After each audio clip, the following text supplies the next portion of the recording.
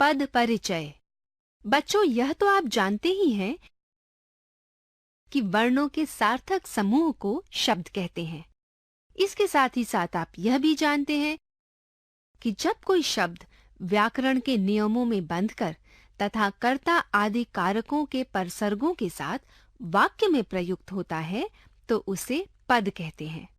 बच्चों, आप पद और शब्द के बारे में तो जानते हैं, किंतु क्या आप जानते हैं कि पद परिचय क्या होता है? नहीं जानते हैं तो कोई बात नहीं, मैं आपको बताती हूँ कि पद परिचय क्या होता है। बच्चों, पद परिचय का अर्थ है पद का परिचय, अर्थात पदों का विश्लेषण। पद परिचय में वाक्य में प्रयुक्त किसी भी पद के बारे में बताया जाता है, उसकी विशेषताएं बताई जाती हैं। जैसे कोई पद संज्ञा, सर्वनाम, विशेषण, क्रिया, क्रिया विशेषण में से क्या है? संज्ञा है तो कौन सी संज्ञा है?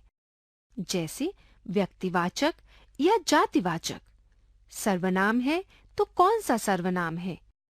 जैसे पुरुषवाचक या प्रश्नवाचक। अथवा कोई पद क्रिया है तो कौन सी क्रिया है? सकर्मक या अकर्मक। सकर्मक है तो एक कर्मक है या फिर द्विकर्मक। बच्चों, पद परिचय के स्पष्टीकरण के लिए इस उदाहरण को ध्यान से पढ़िए। उदाहरण, काला कुत्ता भौंक रहा है। काला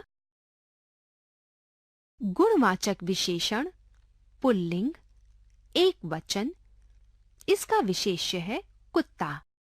कुत्ता।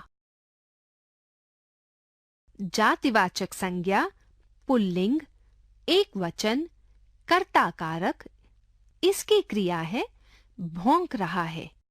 बच्चों, अब आप समझ गए हैं कि वाक्य में प्रयुक्त किसी पद या व्याकरण की दृष्टि से परिचय देना ही पद परिचय कहलाता है।